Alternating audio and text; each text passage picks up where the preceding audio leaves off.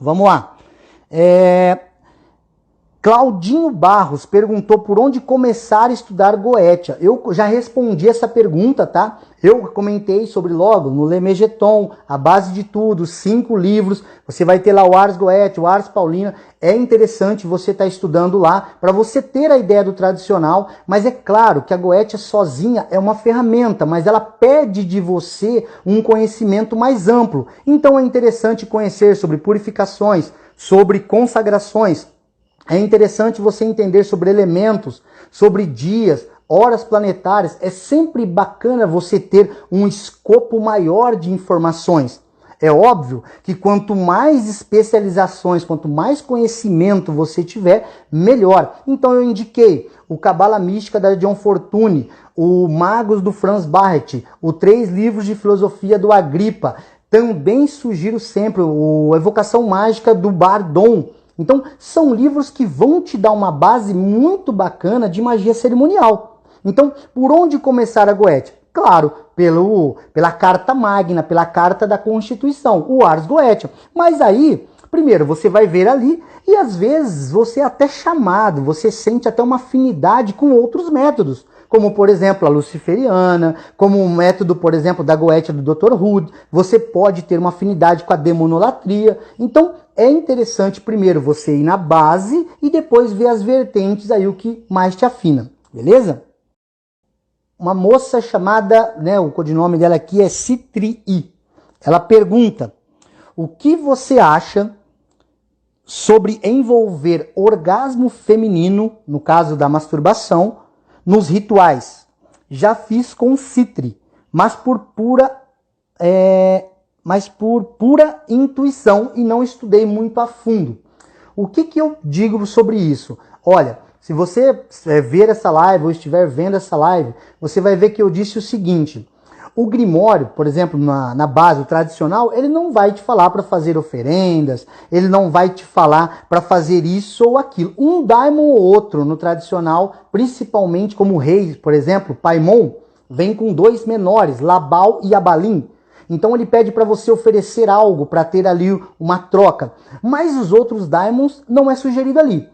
Mas vamos supor que você trabalhe numa linha que tem essa barganha, essa troca. Então você poderia estar ofertando lá um incenso, um vinho, um selo, um livro, uma poesia, algo de relevância para você aí. Legal. O orgasmo nada mais é do que a energia sexual transferida. Então, quando nós falamos da energia sexual, ela só serve para algo se ela for canalizada e direcionada para algo. Então, é possível fazer isso dentro de outras linhas de trabalho? Sim, é possível. Inclusive, muitas pessoas alegam ter resultados excelentes. Então, quem sou eu para dizer que não? Né? Como eu disse para vocês, não fiquem engessados, tanto no aspecto teórico, quanto no aspecto da prática de outra pessoa. A outra pessoa é outro universo, cara. A maneira que ela sente é diferente. É como eu contei para vocês. Às vezes, essa pessoa não se dá bem comigo. Mas várias pessoas se dão bem comigo. Afinidade, simpatia, antipatia também faz parte das leis da natureza. Hoje você pode não se dar bem com alguém que come muito McDonald's e você gosta de malhar. Esse cara do McDonald's pode começar a malhar daqui 2 meses e vocês dois terem papo pra cacete, entendeu? Então, a prática vai te mostrando o que funciona pra você ou não, beleza? A Goetia pode prejudicar animais e pessoas ligadas ao magista. Já ouvi dizer que as primeiras coisas a serem afetadas são os animais, principalmente aqueles mais ligados. Eu já respondi no começo da live sobre isso. É uma das coisas que se comenta muito sobre a questão da densidade, da tensão que uma evocação real, não umas baboseiras aí, acontece. Então não é incomum pessoas mais sensíveis, animais, terem aí uma mudança, sim, durante a evocação principalmente. Mas desde que a evocação tenha sido vindo, né? Como eu falei, não adianta saber só acelerar, tem que saber frear, tem que saber trocar de marcha, né? Se você fizer aí suas limpezas, seus banhos de planta, após a evocação fazer as suas limpezas aí também, seus banimentos, a tendência é que aquela tensão que muitas vezes ocorre durante se abaixe, tá? E acabe desaparecendo aí também, tá bom? Então, tem casos de cães que começam a uivar, tem casos de pessoas que contam que crianças costumam sonhar, mas nada que você possa fazer uma limpeza aí e dê continuidade ao trabalho, tá bom? Perguntaram aqui também, tá? Joelson, ele disse o seguinte: até onde a Goetia pode me levar para o caminho negro? Olha só, a Goetia por si só, ela ganhou uma fama ruim há muito tempo. No começo da live aqui, eu contei, tá? Inclusive de um vídeo meu que irá para o YouTube, contando o início da Goetia, desde as práticas na Grécia, né? Onde ainda se tinha a ideia da Goetia como uma necromancia, tá bom? Eu até gosto de falar necrurgia, né? Porque necromancia é mancia, mancia é oráculo, mancia é se informar, enquanto urgia, né? No caso, teurgia, magia, é tudo aquilo que pode causar mudanças. Mas tudo bem. Então, desde da Grécia, os goetes nunca foram bem vistos. Fora da igreja, então, pós-Roma, tudo que tiver fora do padrão cristão é visto como negro. Se você adorar, por exemplo, ou trabalhar com Hecate, trabalhar com Sekhmet, trabalhar com qualquer divindade de outro panteão, inevitavelmente foi demonizado. Por quê? Os deuses dos vencidos são os demônios dos vencedores. Querendo ou não, ao cristianizar a Europa, ao cristianizar o mundo, qualquer coisa fora do padrão judaico-cristão é visto como ruim, como negro, como maléfico. É claro que gerou também uma onda de imbecilidade, onde as pessoas pensam que são dark side, só porque usam preto, são do mal e enfrentou a mamãe no dia da missa. Não tem relação nenhuma isso daí, né? Para quem quiser entender um pouco sobre o mal, tem um livro chamado O Fio da Navalha, fantástico, tá? Do Arthur Machen, foi membro da Golden Dawn, por sinal, também, tá? Então leiam, tá? Esse livro é muito bacana. E tem um outro também, que é o Deus Pan, que fala um pouco do que é a ideia do mal real e tudo mais, beleza? Quanto tempo um Daimon pode ficar trabalhando na minha vida? Olha só, pessoal. Eu já expliquei aqui algumas vezes que um ritual para mim, tá? No decorrer da minha caminhada, eu percebi que um ritual ele tinha um começo, um meio, né? E ele tinha um fim. Como é que eu vejo isso? Imagina só você num momento de se interessar por alguém. Então você se interessou por uma menina lá ou por um rapaz, né? E você começou a querer saber a respeito da pessoa, o que ela come, o que ela gosta, onde ela vai, quais os amigos.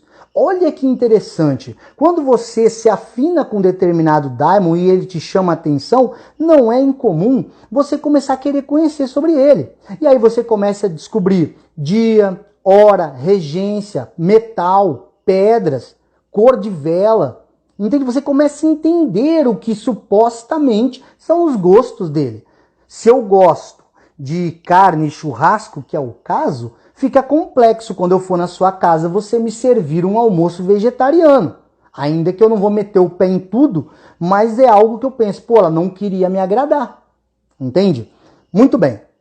Então o primeiro passo é esse lance de conhecer. Muitas das vezes, a partir daí, começa a ser o flerte, né? Essa paquera entre você e uma energia. Uma pessoa encarnada é uma energia densificada. Vamos pensar em termos de um Daimon. Nós recebemos muitos relatos de pessoas falando o seguinte: cara, eu comecei a estudar sobre determinado Daimon para trabalhar com ele e, Magog, começaram as coisas a acontecer na minha vida muito antes da evocação em si, do trabalho em si. Então isso não é incomum, você começar a sentir a esfera daquele Daimon ali, inclusive para o bem e às vezes para o mal. Mal no sentido assim, parece que as coisas não caminham para você trabalhar com aquele Daimon ali, beleza? Então, o que eu gosto de falar para as pessoas? Comece a ter um pouco de olhar, vamos supor, você definiu o tal Daimon, comece a ter um olhar mais crítico e quem tem diário, anote as coisas que começam a acontecer. Não vire o jovem místico do Facebook toda hora postando lá, da borboleta na janela, aquela conversa toda, tá? Mas comece a notar alguns fenômenos, algumas sincronicidades, como diria o Jung, algumas coincidências que começam a acontecer no seu dia.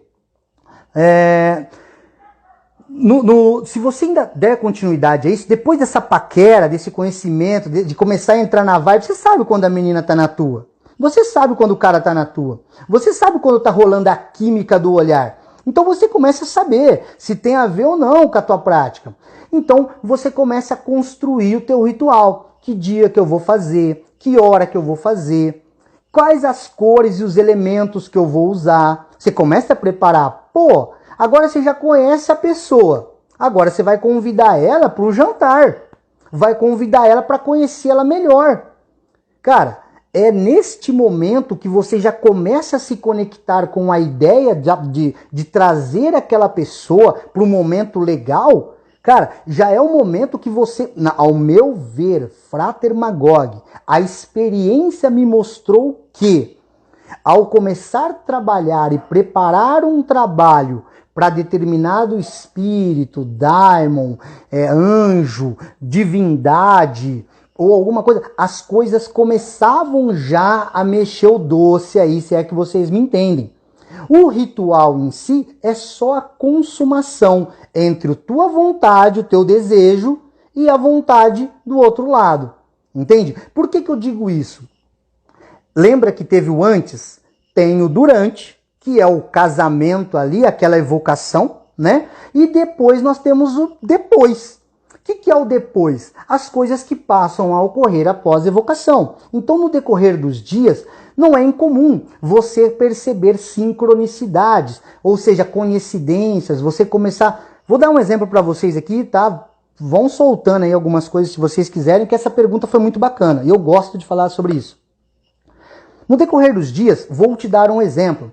Você faz um trabalho lá, vamos lá, um que vocês conhecem bem, Orobas.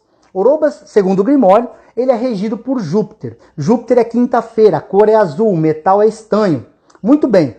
Não é incomum você fazer um trabalho com Orobas, por exemplo, e no decorrer dos dias ali, você conhecer uma pessoa que de repente pode te auxiliar naquilo que você precisa. E aí você começa a conversar com ela e tal, e descobre, por exemplo, que essa pessoa é Sagitário.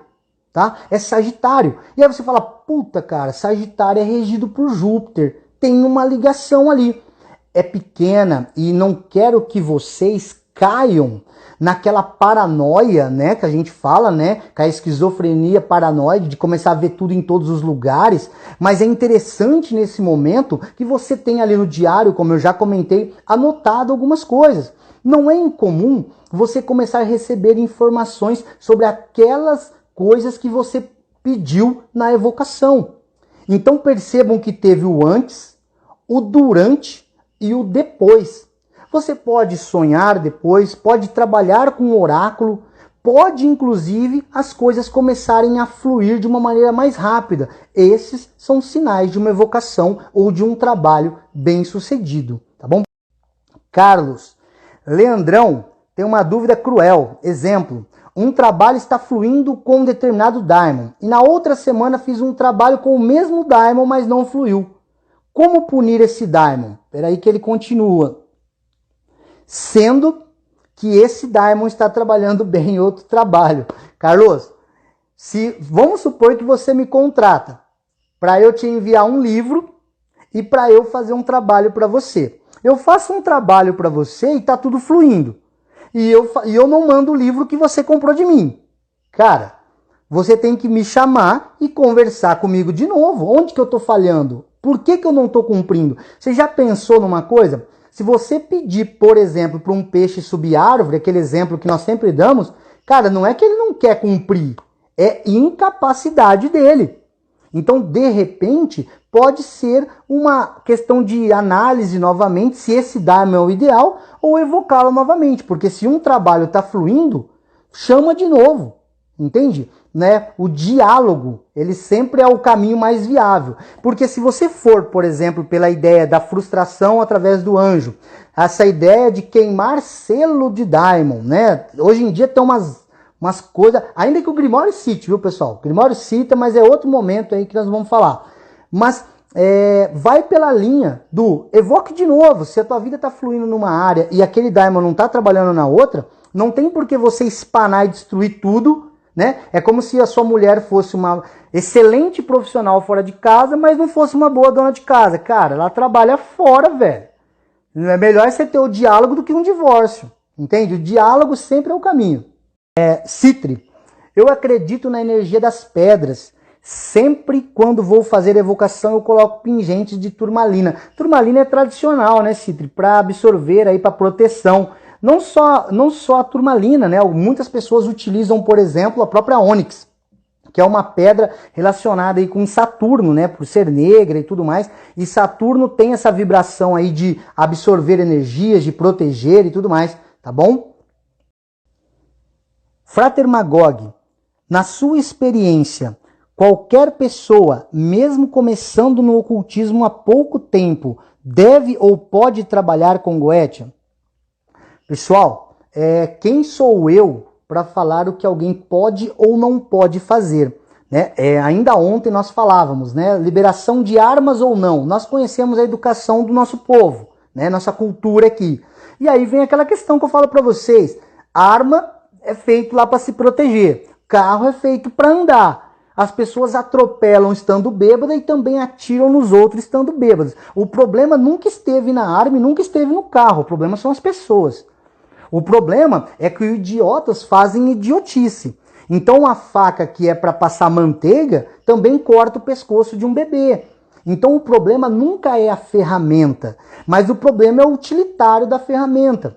Houve um pedido grande também nos últimos tempos para que eu falasse minha ideia, meus conceitos de magia branca e magia negra. Pessoal, o que acontece? Muitas das vezes, né, a gente fala assim, pode ou não pode? Cara, vamos dar um exemplo, tá? Eu não gosto muito de dar este exemplo, mas terei de dar.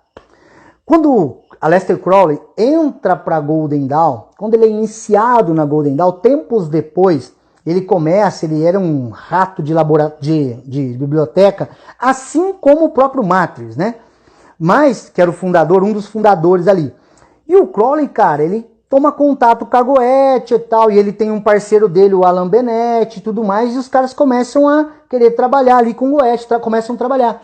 E existe uma lenda, né, o que é retratado na biografia de Aleister Crowley pelo Johann Reis, que eu não sei, eu acredito que seja, porque outros lugares também falam isso, de que foi perguntado a ele se ele já estava mexendo com o Goetia. Ele disse que não, mas a pessoa havia dito que então o Goetia já havia estado mexendo com ele. Talvez pelo nível áurico, talvez pelo seu tipo de energia. Eu não sou muito de crer nessas coisas aí, não. Desta maneira, tá? Muito mirabolante e tal, não. Sou muito, né? Sou até chato. Né? Quem me conhece aí sabe que eu sou meio chato. Mas, vamos lá.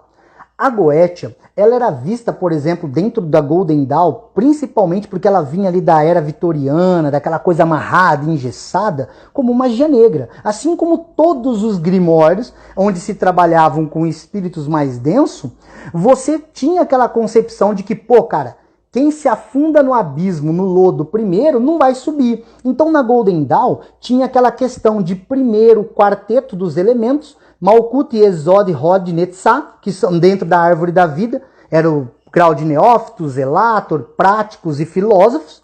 E depois, no quinto grau, que é o grau de adeptos minor, o cara tomaria contato com o conhecimento e conversação com o santo anjo guardião, ganhando aí autoridade para subjulgar e trabalhar com espíritos inferiores, como os retratados na Goetia. Muito bem.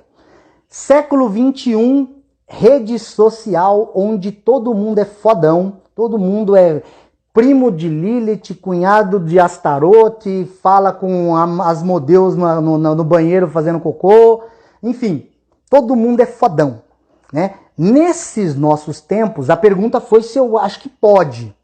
Cara, se eu achar que não pode, não muda nada para ninguém. Mas eu vou dizer o que eu penso. Eu entendo que antes de você tentar fazer uma operação no cérebro de alguém, uma neurociência, eu acho que é na neurologia, né? Um médico neurologista, você tem que saber o básico, cara, dos primeiros socorros. Você tem que entender que se você abrir ali e cortar uma veia, um vaso, a pessoa morre na tua mão, velho. E o que está acontecendo? Um monte de cego guiando cego. Nego com 3, 4 meses propondo trabalhos de goétia pra galera, vendendo isso. Então, minha opinião, cara, você não saiu nem da bicicleta de rodinha, não tirou nem o capacete ainda. Tem medo de ir numa encruzilhada sozinho 3 horas da manhã. Por quê? Ah, não é de espírito, é de ser assaltado. Você é bunda mole, cara. Entendeu? Enfim, é só isso. Então, o que eu digo para a pessoa? Vamos construir uma base primeiro. Vamos aprender o A e o U, vamos aprender as consoantes, vamos aprender o ditongo, as oxítonas, proparoxítono. Vamos aprender primeiro se comunicar em língua portuguesa aí, tá? Tem muita gente que vai se doer com esse comentário, hein? Mas é para se doer mesmo. Olha só, então o que acontece? Cara, eu acredito que, você vai mexer com Goétia. A Goétia tem uma tradição salomônica. A base da tradição salomônica é cabalística. Por que não aprender pelo menos o básico da Cabalá? Por que não aprender o alfabeto hebraico, aprender os nomes divinos, os nomes dos arcanjos, dos anjos, dos dias, das cores? Por que não? Primeiro isso. Por quê? Porque no século XXI nós vivemos de imediatismo. Então, resumindo a história, eu sempre acredito que ter uma base assentada, né, de querer, é muito importante. Eu vejo a juventude, eu vejo a molecada aí no gás, querendo aprender, querendo trabalhar já. Cara, isso não é incomum. Eu venho das artes marciais, galera. Eu tô acostumado com um cara com 2, 3 meses, ele fala assim, professor, eu quero sair na porrada. Eu quero sair na porrada. E você falar pro cara, você é um puta cara, você é bom, você tem vontade, você tem jeito pra coisa. Mas olha, neste evento em especial, você vai se machucar. Talvez não na primeira vez, talvez não na segunda luta, mas você vai se quebrar. Tem cara que mete a cara e não se quebra. Não é que eu tava mestre, é que era a minha visão. Mas tem cara que realmente se quebra, porque a gente ganha uma visão com o tempo trabalhando naquilo. São 15 anos. Muito bem. Então, se pode ou não pode, ao meu ver, é muito interessante que a pessoa aprenda algo, tenha uma bagagem dentro do ocultismo em geral. Pô, cara, não adianta, por exemplo, colocar água limpa em copo sujo. Não adianta você ter a melhor filtro lá se você tem água, se o filtro tá sujo. Irmão, se você não sabe se limpar, se você não sabe banimento, se você não sabe, por exemplo, e se der merda, se for na tua vida,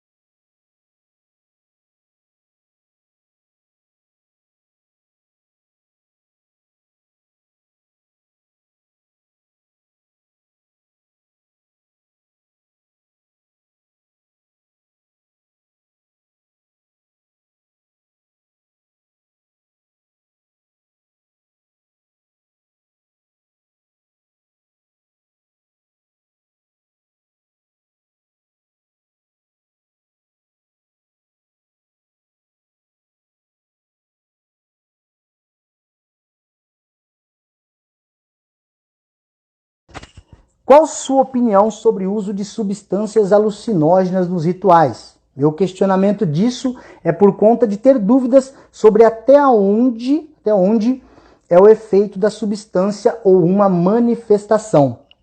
Excelente pergunta, tá? Eu vou até comentar, vou até voltar na pergunta, gente, que às vezes sobe, tá? Alteradores de consciência ou estados alterados de consciência, estado de gnose, todos esses estados aí têm sido muito comentado. Dentro da magia do caos, por exemplo, Peter Carroll, ele até diz que não existe magia sem estado alterado de consciência. Eu separei um vídeo de quase 1 hora sobre estados alterados de consciência, explicando sobre todos os níveis, tá? Que a neurociência mostra dos nossos estados mentais e como ele é alterado. Não precisa de droga.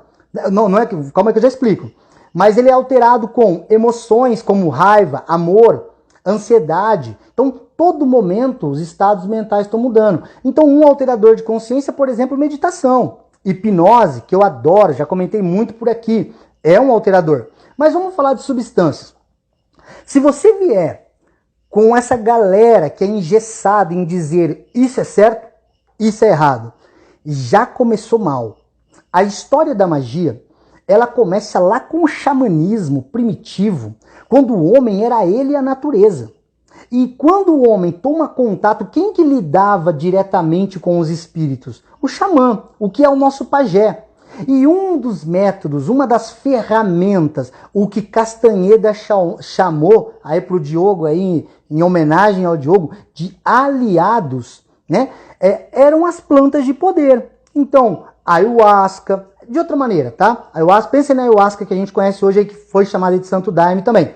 Aí você tem os cogumelos, aí você tem a cannabis sativa, você vai ter o próprio culto de Shiva muito envolvido com a cannabis. Então, o alterador de consciência, ele sempre esteve presente nas práticas rituais espirituais.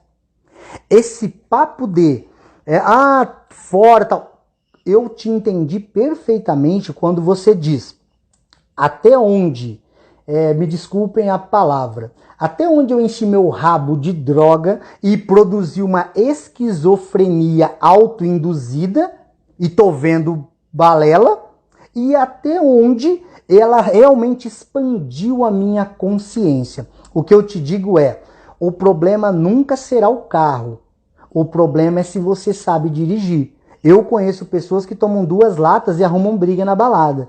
Eu conheço cara que toma 1 lata e fica com ciúme da namorada e quer brigar com todo mundo. E eu conheço pessoas que bebem garrafas, que bebem pra cacete e ficam sentados dando risada pra caramba. O problema tá na cerveja ou o problema tá no cara? Cada pessoa vai reagir de uma maneira. E vou te dar uma dica já no meio dessa parada aí. Fazer um ritual nervoso é um alterador. Fazer um ritual com tesão é outro alterador. Fazer um ritual calmo, num estado meditativo, estado alfa, por exemplo, é outra pegada. Entende? Então o alterador de consciência ele está sempre presente. O ideal é que você use aquilo que você não vai perder a linha. Senão daqui a pouco você está dando espadada, adagada, facada numa pessoa dentro do teu trabalho só porque você está numa gnose de estar bêbada pra cacete, né? E tá ali nervosinha e pirou, entendeu? Ainda mais com forças espirituais envolvidas. Eu sempre sugiro, cara, se você não tem conhecimento sobre aquele tipo de planta de poder, vá devagar ou não vá. Vá testando o que é melhor para você. Andréia, é importante sempre aprender desde o básico do básico, como a visualização da maçã e entender o porquê de cada ferramenta. Como fazer, como desfazer, perfeito. Para mim o tripé da magia é clara. Visualização, concentração e vontade. Eu lido, né, como vocês já sabem aí, como eu posto umas fotos aí, posto um histórico há 20 anos, eu tenho 39, comecei de 18 para 19, tinha iniciado em Namorque Juvenil, para quem for da Rosa Cruz aí, e aí ela foi extinta, né, tinha 15 para 16, sou Demolei também, tá, e que também entra aí com 15 anos e tudo mais, enfim, e aí foi indo a coisa, e qual é a parte mais interessante? Por incrível que pareça, a galera não dá valor aos procedimentos mais básicos, à trindade de concentração, vontade, imaginação. E muitas das vezes, muita gente que está aqui comigo agora não consegue ter uma mente tranquila para ouvir o que eu estou falando. Tá aqui, tá tentando olhar o Facebook pelo notebook, olhando o outro Instagram e na verdade vai pro cinema assistir um filme, mas tá comendo a pipoca e o guaraná. A mente é tão dispersa que ela não tem um poder mínimo de concentração e vontade. Imaginem se a inteligência de uma pessoa fosse medida pelo seu grau de concentração. Pensem nisso, tá? Então, todas as escolas e vários lugares sempre bateu em cima da tecla de que as pessoas, na verdade, têm uma concentração muito pífia. E eu já falei sobre isso, então não vou me estender. Mas o teu grau de poder, de direcionamento da tua força, grande parte é a capacidade de visualizar e se concentrar sobre o que quer. Então, pensem sobre isso.